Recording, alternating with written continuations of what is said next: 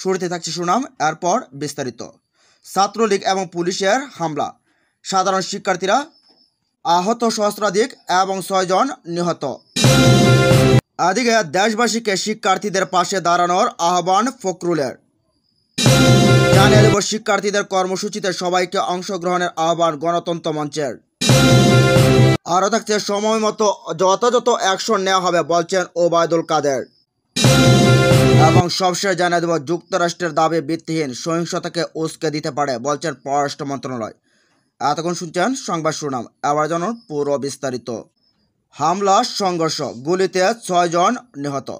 কোটা বিরোধী আন্দোলনরত শিক্ষার্থীদের সঙ্গে ছাত্রলীগ, যুবলীগ ও পুলিশের সংঘর্ষ।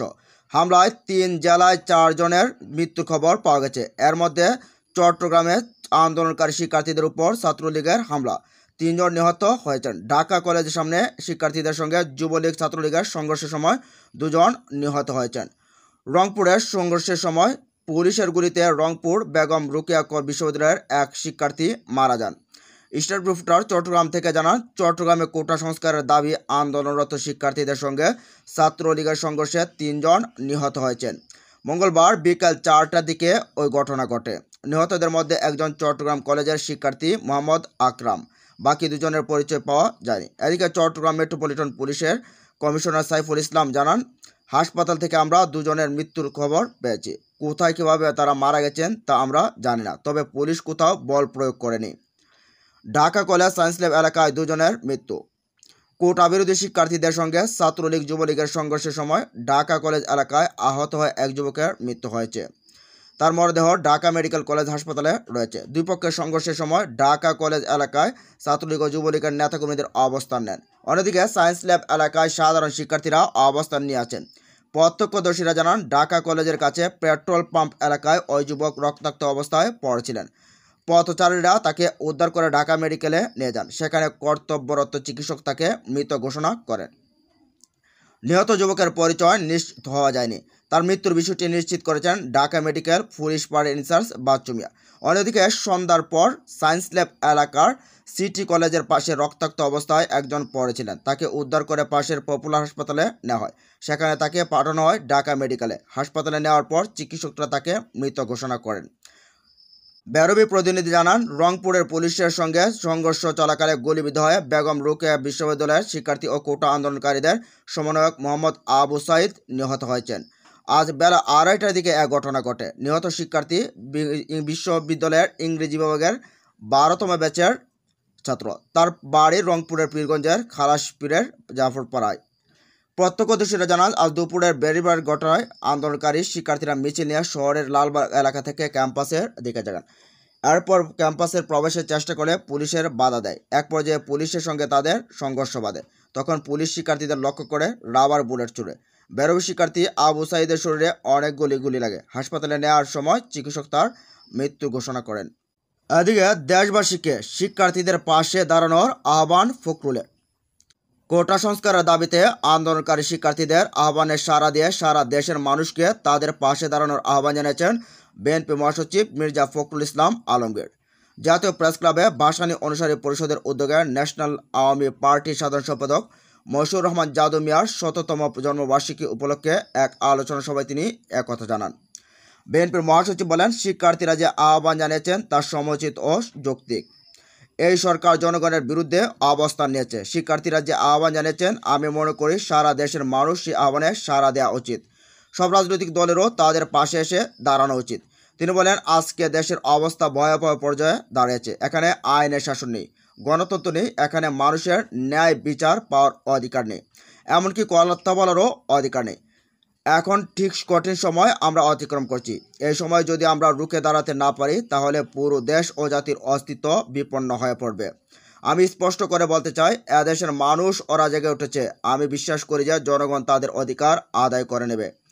যে কথাটা মাহমুদুর রহমান মান্না সহ সকল নেতারা বলছেন যে আর সময় দেয়া যাবে না, সকলকে উঠে দাঁড়াতে হবে, রুখে দাঁড়াতে হবে। অন্যায়ের বিরুদ্ধে দাঁড়িয়ে আমাদের অধিকার আদায় করে নিতে হবে। মির্জা ফখরুল বলেন, আমরা বরাবরই বলছি, আওয়ামী লীগ আর সে আওয়ামী লীগ নেই। আওয়ামী লীগ এখন একটা দেউলিয়া রাজনৈতিক দলে পরিণত হয়েছে। আওয়ামী লীগের সম্পূর্ণভাবে নির্ভরশীল হয়ে পড়েছে আমলাদের উপর। এবং তাদের তথাকথিত বাহিনীর উপরে, যারা আজকের রাষ্ট্রকে পুরোপুরি একটা ফেসিবাদী রাষ্ট্রে পরিণত করেছে। ফেসিবাদ সম্পর্কে আমরা ধারণা বই পড়ে বিভিন্নভাবে, কিন্তু কোনো ধারণা ছিল না।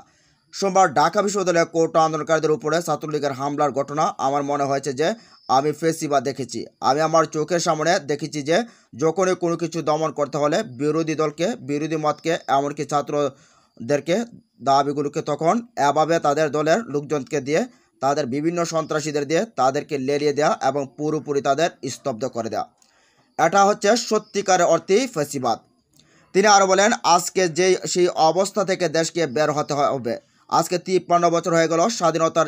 এই স্বাধীনতার এতদিন পরে আমাদের এখন আমাদের অধিকার নিয়ে লড়াই করতে হচ্ছে, সংগ্রাম করতে হচ্ছে। যে কোটার কথা ছেলেরা বলছে, সেই কোটা তো উনি প্রধানমন্ত্রী বাতিল করে দিয়েছিলেন, আবার সেটাকেই আদালত দিয়ে সামনে এনে ইস্যু বানিয়ে সেটা ইস্যু তৈরি করা হয়েছে। দুর্ভাগ্য, আমাদের দেশের আদালতকে ব্যবহার করা হচ্ছে তাদের শাসনকে স্থায়ী করার মধ্য দিয়ে। কথা আমরা বহুবার বলছি, সেজন্য আমাদেরকে বিভিন্নভাবে কথা বলা হয়েছে। ফখরুল বলেন, প্রধানমন্ত্রী শেখ হাসিনা সরকার যে ঘটনাটি ঘটিয়েছে, এটা বাংলাদেশের রাজনীতির ইতিহাসে জঘন্যতম ঘটনা। আমরা আগে কখনো সে দেখিনি। হাসপাতালের ভেতরে গিয়ে সরকারি দলের সন্ত্রাসীরা আহতদের আক্রমণ করবে, এটা আমরা কখনো চিন্তাও করতে পারি না। এমনকি পাকিস্তান আমলেও তিনি বলছেন, পাকিস্তান আমলেও হানাদার বাহিনীর কথা নাকি ছেলেরা ভুলে গেছে। আপনি তো ভুলে যেতে সাহায্য করছেন, বরং আপনারা নতুন করে মনে করে দিচ্ছেন পাকিস্তান সেনাবাহিনীর যে আক্রমণ ছিল সেটা আপনার থেকে কোনো অংশে কম করেছেন না। আমরা ঢাকা বিশ্ববিদ্যালয়ে পড়ি তখন ছিল NFF, আইয়ুব খানের দলের ছাত্র সংগঠন। তারা এভাবে আমাদের আক্রমণ করত, আমাদের সভা ভঙ্গ করত, অস্ত্রশস্ত্র নিয়ে আমাদের সমস্ত আন্দোলনকে দমন করতে শক্তি প্রয়োগ করত। আজকে আপনারা সেই পাকিস্তানিদের মতো একইভাবে সাধারণ ছাত্রদের ন্যায় সঙ্গত দাবি, যে যৌক্তিক দাবি, সেই দাবির আন্দোলনকে নস্যাৎ করে দেওয়ার জন্য আজকে তাদের উপর অস্ত্রশস্ত্র হাতে নিয়ে আপনাদের সেই বাহিনীকে লেলিয়ে দিয়েছেন। এভাবে ভয়াবহ নির্যাতন করে তাদেরকে দমানোর চেষ্টা করছেন। মির্জা ফখরুল ইসলাম আলমগীর বলেন, একটা জিনিস লক্ষ্য করবেন, মূল যে দাবি জনগণের, যে একটা সুষ্ঠু ও অবাধ নির্বাচন, জনগণ ফেরত চায় ভোটের অধিকার, সেই দাবিগুলো পাশ কাটানোর জন্যই সরকার একটার পর একটা ঘটনা ঘটিয়ে জনগণের দৃষ্টি শক্তিকে বিভ্রান্ত করতে চাচ্ছে। আমাদের জনগণের মূল যে সমস্যা, সেই সমস্যাটা হচ্ছে আমরা সুষ্ঠু জবাবদিহিতামূলক সরকার চাই, ব্যবস্থা চাই, যে ব্যবস্থার মধ্য দিয়ে মানুষের কথা বলার অধিকার থাকবে, যারা ক্ষমতায় থাকবেন তারা জবাবদিহিতায় থাকবে, এই বিষয়গুলো ব্যবস্থা থাকবে, সেখানে জনগণ তার কথা বলতে পারবেন। বাংলাদেশ অনুসারী পরিষদের আহ্বায়ক শেখ রফিকুল ইসলাম বাবলুর সভাপতিত্বে সবাই অন্যান্য নেতৃত্ববৃন্দ সেখানে উপস্থিত ছিলেন।